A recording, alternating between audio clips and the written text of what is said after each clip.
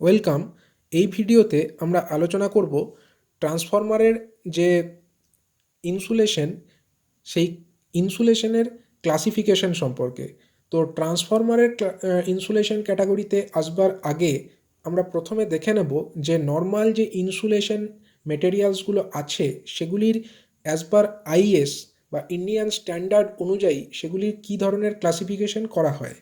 তো আমরা দেখি যে যে ইনসুলেটিং মেটেরিয়াল মেনলি ইউজড হয় সেগুলিকে অ্যাজ পার আইএস নাম্বার 1271, এবং এটা 1958-এ রিলিজ হয়েছিল। সেই অনুযায়ী ইনসুলেশন মেটেরিয়ালগুলিকে কতগুলি ক্যাটাগরিতে ভাগ করা হয়। ক্যাটাগরিগুলি হচ্ছে ওয়াই, এ, ই, বি, এফ, এইচ এবং সি।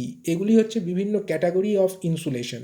তো এখানে আমরা একটা চার্টের আকারে দেখে নেব যে বিভিন্ন ধরনের যে ইনসুলেশন, সেই ইনসুলেশনসগুলোর কী কী ধরনের উদাহরণ হতে পারে, মানে কী কী টাইপের হতে পারে ইনসুলেশন মেটেরিয়ালগুলো। বিভিন্ন ধরনের ইনসুলেশন টাইপ, তার কতগুলো উদাহরণ দেখব এবং সেগুলি কত তাপমাত্রা পর্যন্ত সেটা উইথস্ট্যান্ড করতে পারে, মানে কত ম্যাক্সিমাম টেম্পারেচার সেটা উইথস্ট্যান্ড করতে পারে এক একটা ইনসুলেশন, সেটাও আমরা এখানে আলোচনা করব।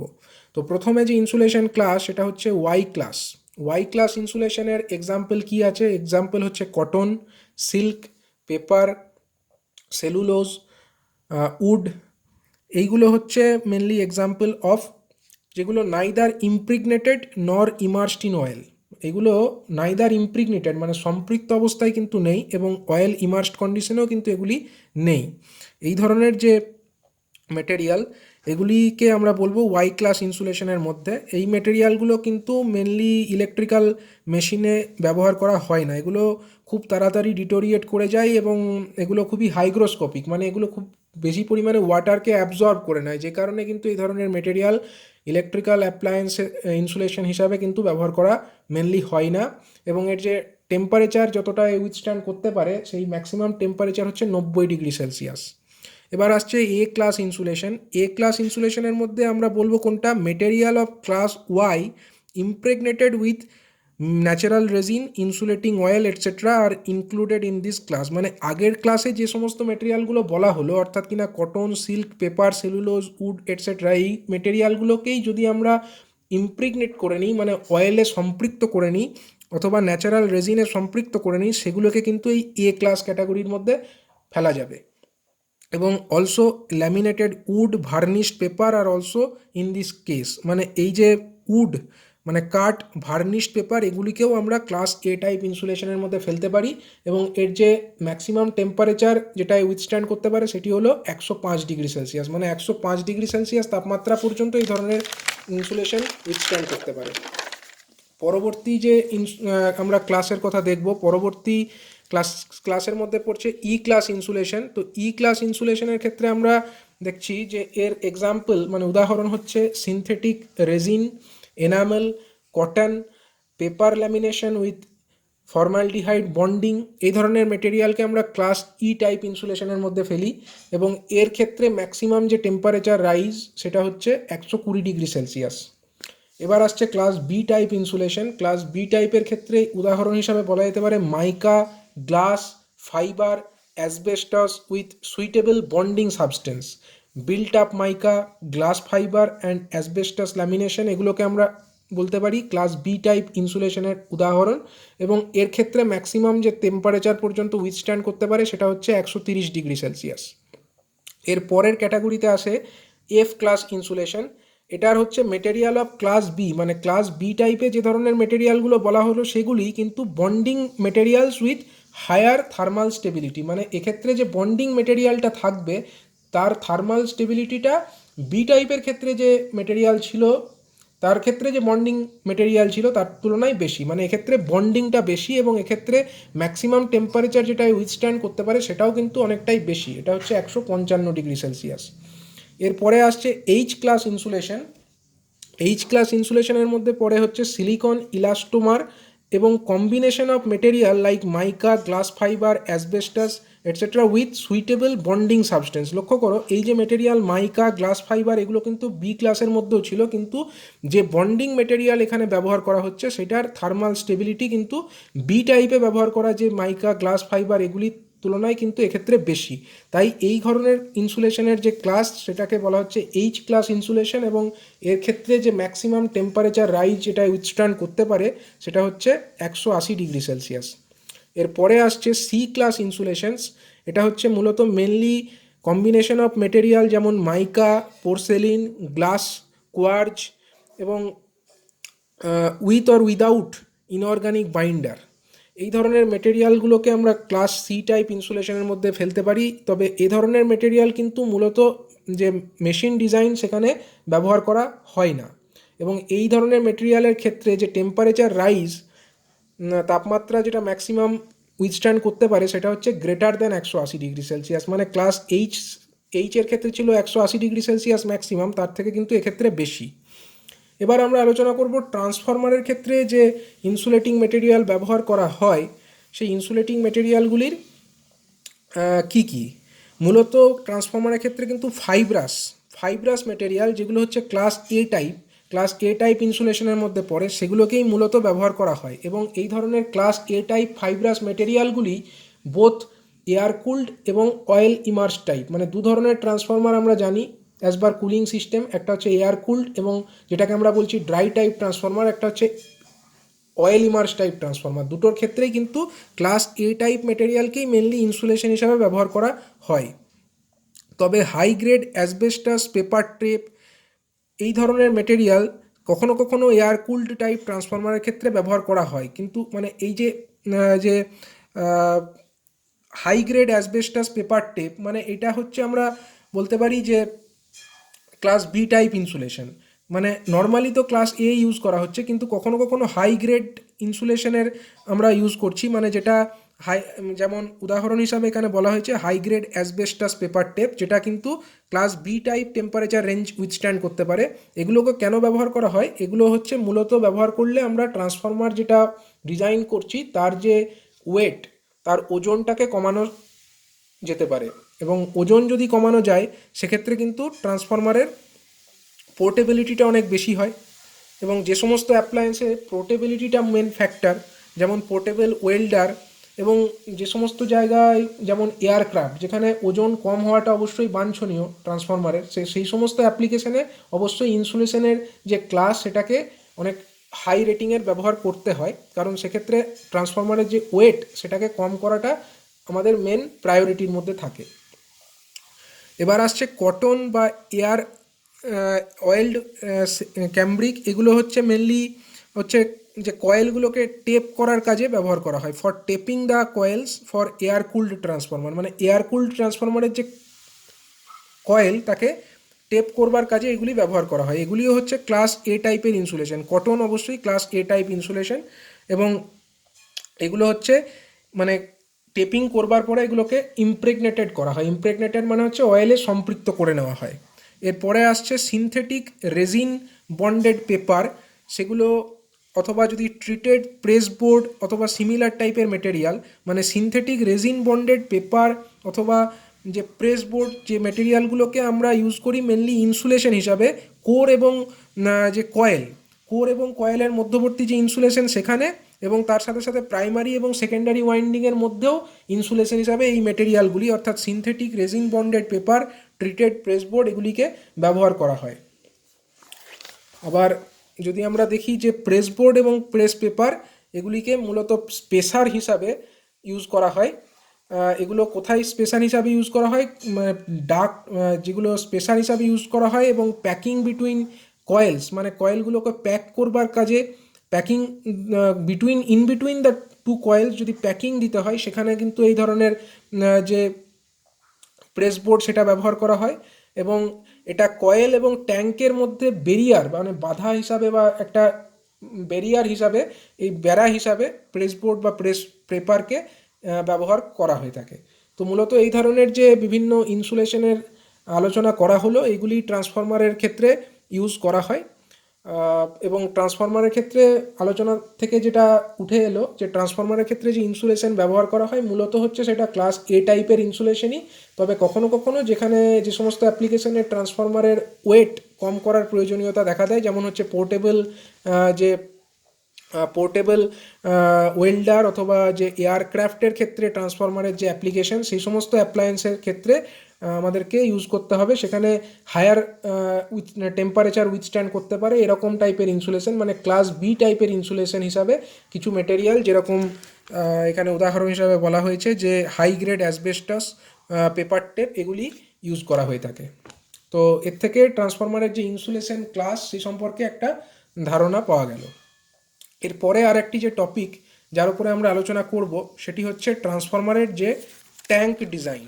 তো ট্রান্সফরমারের ট্যাঙ্ক ডিজাইনের একটা আলোচনা আমরা দেখে নেব।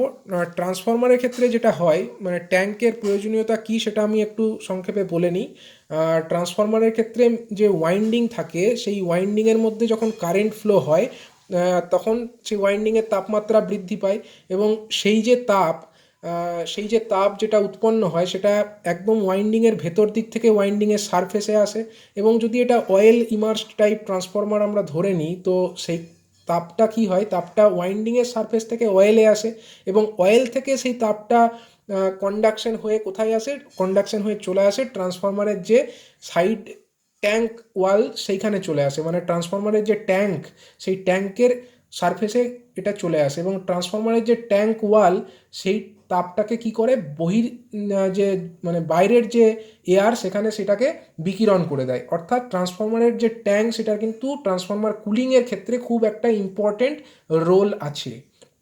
এবং সাধারণভাবে আমরা এর আগে ট্রান্সফরমার কুলিং যখন আলোচনা করেছি, সেখানে দেখেছি যে ট্রান্সফরমারের রেটিং যদি 30 কেভিএ পর্যন্ত হয়, সেই ক্ষেত্রে আমরা কেবলমাত্র প্লেন ওয়াল্ড ট্যাঙ্ক, মানে ট্রান্সফরমার যে ট্যাঙ্ক সেটা প্লেন ওয়াল হবে, সেখানে আর কোনো রেডিয়েটার বা ফিন বা করুগেশন থাকার প্রয়োজন নেই। কিন্তু যদি ট্রান্সফরমারের রেটিং 30 কেভিএর থেকে বেশি হয়, সেক্ষেত্রে কিন্তু ট্রান্সফরমার কুলিং পারপাসের জন্য সেখানে কিন্তু করুগেশন অথবা ফিন বা রেডিয়েটার ট্যাঙ্ক ইত্যাদি ইউজ করার দরকার হয়।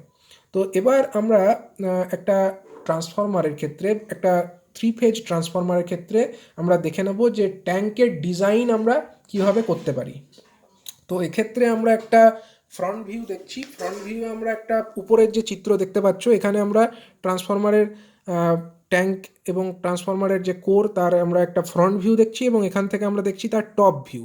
তো লক্ষ্য করো, এক্ষেত্রে যে এই রেক্ট্যাঙ্গুলার অংশ আমরা দেখতে পাচ্ছি, এটা আমরা আগে অনেক ভিডিওতে আলোচনা করেছি। এই ক্ষেত্রে এই যে তিনটি অংশ, এই যুক্ত যে রেক্ট্যাঙ্গুলার পোর্শন, এই অংশটাকে আমরা বলছি ট্রান্সফরমারের কোর। এবং এই যে রেক্ট্যাঙ্গেলগুলো, এই রেক্ট্যাঙ্গেল এবং এই রেক্ট্যাঙ্গেল, এই তিনটিকে আমরা বলছি ট্রান্সফরমারের যে ওয়াইন্ডিং। মানে এর ভেতরে এক একটা লিম্ব, এটা যদি একটা লিম্ব হয়, এটা আরেকটি লিম্ব, এবং এটি হলো তৃতীয় লিম্ব। তো প্রত্যেকটি লিম্বের ওপরে লো ভোল্টেজ কয়েল প্রথমে আছে, এবং তার উপরে জড়ানো আছে হাই ভোল্টেজ কয়েল।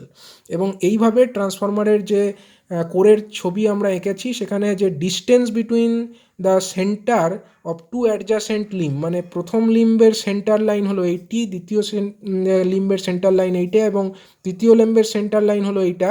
তো প্রত্যেকটি লিম্বের যে অ্যাডজাসেন্ট দুটো লিম্বের মধ্যে যে সেন্টার লাইনের ডিস্টেন্স, মানে এই সেন্টার লাইন থেকে এই সেন্টার লাইনের যে ডিস্টেন্স, এটা হলো ক্যাপিটাল ডি, এবং এই যে সেন্টার লাইন, সেখান থেকে এই সেন্টার লাইনের যে ডিস্টেন্স, এটা হলো ক্যাপিটাল ডি।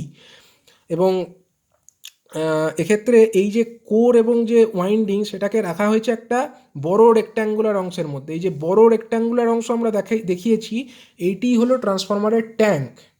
এবং এই যে ভিউটা আমরা দেখছি, এটা হচ্ছে ফ্রন্ট ভিউ। এবং যদি আমরা টপ ভিউ দেখি, এইটা হলো টপ ভিউ। এখানে রেক্ট্যাঙ্গুলার যে অংশটা, এটা হলো ট্রান্সফরমারের ট্যাঙ্কের টপ ভিউ। এবং যে রেক্ট্যাঙ্গুলার যে ছোট একটা রেক্ট্যাঙ্গেলের মতো অংশ আমরা দেখতে পাচ্ছি, এটা হচ্ছে ট্রান্সফরমারের যে কোর, তার সারফেস। এবং তাকে এনসার্কেল করে যে অংশটা আছে, এটা হচ্ছে আমার inner diameter of the low voltage coil বলা যেতে পারে। Inner diameter of the low voltage coil, মানে যেটা কোর সার্কামস্ক্রাইবিং পরের সার্কেলের পর থেকেই শুরু হয়ে যাচ্ছে, সেটাকে আমরা বলতে পারি, বা এটাকে আমরা কোর সার্কামস্ক্রাইবিং সার্কেল হিসাবেও বলতে পারি। তারপরে সামান্য প্রেস বোর্ডের ইনসুলেশন থাকে, এবং তারপরে থাকে আমার লো ভোল্টেজ কয়েলটি। অনুরূপভাবে এটাকেও আমরা দেখতে পাচ্ছি, এখানে একটা রেক্ট্যাঙ্গুলার অংশ, এটা হচ্ছে কোরের ওপরে একটা সার্কেল, এবং তাকে এনসার্কেল করে এই যে বড় সার্কেল, এই বড় সার্কেলটা অ্যাকচুয়ালি হচ্ছে এই যে বড় সার্কেলের যে ডায়ামিটার, মানে এই যে বড় সার্কেলের ডায়ামিটার, বা এই যে বড় সার্কেলের ডায়ামিটার, অথবা এটার যে বড় সার্কেল, সেই বড় সার্কেলের যে ডায়ামিটার, এটাকে আমরা ডিনোট করছি ডিই দ্বারা। ডিই এক্ষেত্রে ডিনোট করছে কি, ট্রান্সফরমারের যে হাই ভোল্টেজ কয়েল যেটা বাইরের দিকে থাকে, মানে কোরের ওপরে প্রথমে থাকে লো ভোল্টেজ কয়েল এবং লো ভোল্টেজ কয়েলের ওপরে থাকে হাই ভোল্টেজ কয়েল। তো আমরা এই যে হাই ভোল্টেজ কয়েল তার যে এক্সটার্নাল ডায়ামিটার সেটাকে আমরা ডিনোট করছি ডিই দ্বারা, এবং এই যে হাই ভোল্টেজ কয়েল এরও যে এক্সটার্নাল ডায়ামিটার তাকে আমরা ডিনোট করছি ডিই দ্বারা। এবার এই যে ট্যাঙ্কের হাইট, এখানে দেখো ট্যাঙ্কের হাইট দেখানো হয়েছে এক্ষেত্রে এইচ টি, এটা হাইট অফ দ্য ট্যাঙ্ক বুঝিয়েছে, এবং এখানে এল টি যেটা আমরা দেখছি, এল টি অর্থাৎ কিনা লেংথ অফ দ্য ট্যাঙ্ক। এবং এক্ষেত্রে কিছু জিনিস দেখার আছে, যেমন দেখো হাই ভোল্টেজ কয়েল যেটা আছে, একদম একদিককার যে হাই ভোল্টেজ কয়েল, মানে এক এন্ডের যে হাই ভোল্টেজ কয়েল, সেই হাই ভোল্টেজ কয়েল থেকে ট্যাঙ্কের মধ্যে একটা ক্লিয়ারেন্স আছে, এবং এই যে clearance, distance between the tank wall and the high voltage coil of that end, এই ডিস্টেন্সটা হচ্ছে স্মল বি। এবং এই যে দূরত্বটা, মানে একদিককার যে ওয়াল থেকে ট্যাঙ্কের মানে একদিককার ট্যাঙ্ক ওয়াল থেকে আমরা হাই ভোল্টেজ কয়েলের ডিস্টেন্স, এটাকে স্মল বি বলছি। অনুরূপভাবে এই দিককার যে ট্যাঙ্ক ওয়াল, এই ওয়াল থেকে হাই ভোল্টেজ কয়েলের যে ডিস্টেন্স, সেটাকে আমরা বলছি কিন্তু স্মল এল। এটা হচ্ছে মানে সাইড, এটা হচ্ছে সাইড অন ইচ সাইডে যে ক্লিয়ারেন্স থাকতে হবে ওয়াইন্ডিং এবং ট্যাঙ্কের মধ্যে অ্যালং দ্য উইডথ, এটাকে আমরা স্মল এল বলছি। এবং এই যে ডিস্টেন্স, এই ডিস্টেন্সটা অবশ্যই হচ্ছে যে হাই ভোল্টেজ কয়েলের যে এক্সটার্নাল ডায়ামিটার তার সঙ্গে সেম হবে, কারণ এটাও একটা সার্কেল, সার্কেলের তো যেদিক থেকেই দেখি ডায়ামিটার একই, তাহলে এই ডায়ামিটারটা যদি ডিই হয়, তাহলে এইটাও ডিই হবে, তাহলে এইখান থেকে এই অংশটুকুর লেংথ হচ্ছে ডিই। এবং অনুরূপভাবে এই যে ট্যাঙ্কের ওয়াল, সেখান থেকে এই হাই ভোল্টেজ কয়েলের যে ক্লিয়ারেন্স, সেটা হচ্ছে এল। তাহলে এইভাবে যদি আমাদেরকে এবার ট্যাঙ্কের ডাইমেনশন নির্ণয় করতে হয়, তাহলে আমরা ডাইমেনশন বলতে প্রথমে লিখব ট্যাঙ্কের যে width of the tank. Width of the tank তাকে আমরা ডিনোট করছি কি দিয়ে, ডাব্লু টি দিয়ে। ডাব্লু টি অর্থাৎ এইখানে যে উইডথ অফ দ্য ট্যাঙ্ক, এটাকে আমরা ডিনোট করছি ডাব্লু টি দিয়ে। তো আমরা এই যে ডাব্লু টি, সেটা সমান লিখছি কি, 2 into capital D plus D E plus 2b। এটা আমরা কিভাবে লিখলাম, এটাকে আমরা লিখছি, লক্ষ্য করো, এখান থেকে এই যে সেন্টার লাইন, এই যে সেন্টার লাইন আমরা দেখতে পাচ্ছি, এই যে সেন্টার লাইন এবং এই যে সেন্টার লাইন, দুটি সেন্টার লাইনের মধ্যে ডিস্টেন্স হচ্ছে ডি, এবং এইখান থেকে এইটুকুটা হচ্ছে ক্যাপিটাল ডি প্লাস এইখান থেকে এইটুকুটাও হচ্ছে ক্যাপিটাল ডি। এবার এইখান থেকে যে এইটুকু অংশ সমান আমরা কি বলতে পারি, এই যে ডিস্টেন্স এখান থেকে এই পর্যন্ত, এটা কি, এটা হচ্ছে actually external diameter of the আমার হাই ভোল্টেজ কয়েল, মানে এইখান থেকে এই ডিস্টেন্সটা, এটা হচ্ছে আমার ডিই। তাহলে এই যে সেন্টার লাইন থেকে যদি আমরা হিসাব করি, তাহলে সেন্টার লাইন থেকে এই একটা এন্ড পর্যন্ত ডিস্টেন্স, এইটা কত হবে, ডিই বাই 2, অর্থাৎ এই থেকে এই পর্যন্ত যে ডিস্টেন্স, এটাকে আমরা বলতে পারি ডিই বাই 2। অনুরূপভাবে এই যে সেন্টার লাইন, এই যে centre line of one end, সেখান থেকে যদি আমরা এই এন্ড পর্যন্ত দেখি, তাহলে এই ডিস্টেন্সটাও হবে ডিই বাই 2, কারণ এই টোটাল ডিস্টেন্সটা হচ্ছে যদি ডিই হয়, মানে diameter of the external diameter of the high voltage winding যদি হয়, তাহলে এই সেন্টার লাইন থেকে একদিককার যে ডিস্টেন্স, এটাকে আমরা বলবো ডিই বাই 2, মানে এদিকে হচ্ছে ডিই বাই 2, এদিকেও হচ্ছে ডিই বাই 2, তাহলে টোটাল হয়ে গেল D E by 2 plus D E by 2 মানে ডিই। তাহলে এখানে আমার ডিস্টেন্স হয়ে গেল 2d প্লাস ডিই, প্লাস বাকি থাকলো কতটুকু অংশ, এইখান থেকে এইটুকু অংশ প্লাস এখান থেকে এইটুকু অংশ, এবং আমরা যে টপ ভিউ এঁকেছি সেখান থেকে এটা ক্লিয়ার, এইখান থেকে এইটুকু ডিস্টেন্স মানেই হচ্ছে এখান থেকে এইটুকু ডিস্টেন্স, এই ডিস্টেন্সটা হচ্ছে স্মল বি। অনুরূপভাবে এইখান থেকে এইটুকু যে ডিস্টেন্স, এটাও হবে স্মল বি, মানে এই ডিস্টেন্সটাও হবে স্মল বি। তার মানে এদিককার স্মল বি এবং এদিককার স্মল বি মিলে হচ্ছে 2 ইন্টু স্মল বি। তার মানে ওভারঅল যে উইডথ, সেটা সমান আমরা লিখতে পারি 2 into capital D plus D E plus 2 into small B. এটা হচ্ছে ফর 3 ফেজ ট্রান্সফরমারের ক্ষেত্রে। এবার যদি সিঙ্গেল ফেজ ট্রান্সফরমার হতো, সিঙ্গেল ফেজ ট্রান্সফরমারের চিত্রটা এখানে আঁকা হয়নি, সিঙ্গেল ফেজ ট্রান্সফরমারের ক্ষেত্রে অনুরূপভাবে আমরা কী পেতাম, সিঙ্গেল ফেজের ক্ষেত্রে এই যে সাইডটা, মানে আমি যে জায়গাটা চাপা দিয়েছি, সেই যে লিম্ব, সেটা থাকতো না।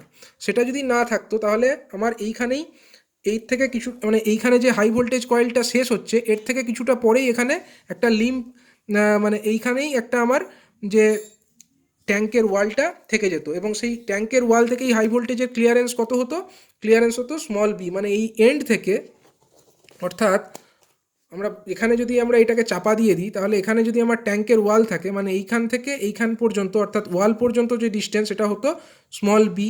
অনুরূপভাবে এখান থেকে এই পর্যন্ত এটা তো স্মল বি আছেই, অর্থাৎ এখান থেকে এই পর্যন্ত স্মল বি এবং এখান থেকে এই পর্যন্ত স্মল বি, মানে 2 ইন্টু স্মল বি, প্লাস হয়ে যেত কি এইখান থেকে এই পর্যন্ত ছিল ক্যাপিটাল ডি, ক্যাপিটাল ডি এর পরে এইখান থেকে এই পর্যন্ত যে ডিস্টেন্স এটা হতো DE/2, এবং অনুরূপভাবে এই যে সেন্টার লাইন থেকে এই এন্ড পর্যন্ত যে ডিস্টেন্স সেটাও হতো DE/2। তার মানে তখন ডিস্টেন্সটা কত, তখন যে উইডথ, তখন সেই উইডথটার ভ্যালু কত হতো, capital D plus DE plus 2 into small B, যেটা আমরা সিঙ্গেল ফেজের ক্ষেত্রে দেখিয়েছি। এবার দেখো এক্ষেত্রে যে ডেটাগুলো বলা আছে, ক্যাপিটাল ডি এক্ষেত্রে distance between the centre of two adjacent limb, যেটা আমি আগেই আলোচনা করেছি। ক্যাপিটাল ডিই মানে হচ্ছে external diameter of the high voltage winding, যেটা বলা হয়েছে external diameter of high voltage winding. Small B it is the clearance between high voltage winding and the tank, মানে স্মল বি হচ্ছে হাই ভোল্টেজ ওয়াইন্ডিং এবং ট্যাঙ্কের মধ্যেকার clearance small B. এবং আর কি বলা হয়েছে, আর বলা হয়েছে এক্ষেত্রে length of the tank LT সমান কত, ডিই প্লাস 2L, যেখানে এল হচ্ছে clearance on each side between winding and the tank along the width, clearance on each side between the winding and the tank along the width, মানে width বরাবর। তাহলে দেখো এক্ষেত্রে LT মানে হচ্ছে length of the tank. যদি আমরা দেখি লেংথ অফ দ্য ট্যাঙ্ক মানে কি হবে, লেংথ অফ দ্য ট্যাঙ্ক মানে হচ্ছে এই ডিই প্লাস এদিকের এল এবং এদিককার এল, মানে ডিই প্লাস 2L, যেখানে এল সমান কি, এল সমান হচ্ছে clearance between each side, clearance on each side between the winding মানে এইটা winding and the tank along the width, মানে উইডথ বরাবর যে ট্যাঙ্ক, সেই ট্যাঙ্কের এবং যে ওয়াইন্ডিংয়ের মধ্যেকার যে ক্লিয়ারেন্স, মানে এইখান থেকে এই পর্যন্ত যে ক্লিয়ারেন্স, সেটাকে আমরা বলছি এল, স্মল এল। এবার দেখো লাস্টে বলা হয়েছে যেটা হাইট অফ দ্য ট্রান্সফরমারকে ডিনোট করা হচ্ছে HT দ্বারা। HT ইজ ইকাল টু কি না, HT ইজ ইকাল টু হচ্ছে capital H plus H, small h, capital H plus small h, যেখানে কি ক্যাপিটাল H হচ্ছে height of the transformer frame and small hটা কি, স্মল h হচ্ছে clearance along the height between the assembled transformer and the tank, মানে ট্রান্সফরমারের যে assemble করা যে ট্রান্সফরমার এবং যে ট্যাঙ্ক তার মধ্যেকার ক্লিয়ারেন্স। এবং এই যে ক্লিয়ারেন্স এটা কিন্তু কাকে কাকে ইনক্লুড করছে, দেখো this includes clearance at the base, oil height above the assembled transformer space for terminals and tap changing gears, মানে এই যে এর মধ্যে কিন্তু সমস্ত রকমের ক্লিয়ারেন্স বিটুইন দ্য ট্রান্সফরমার এবং ট্যাঙ্ককে ধরা আছে।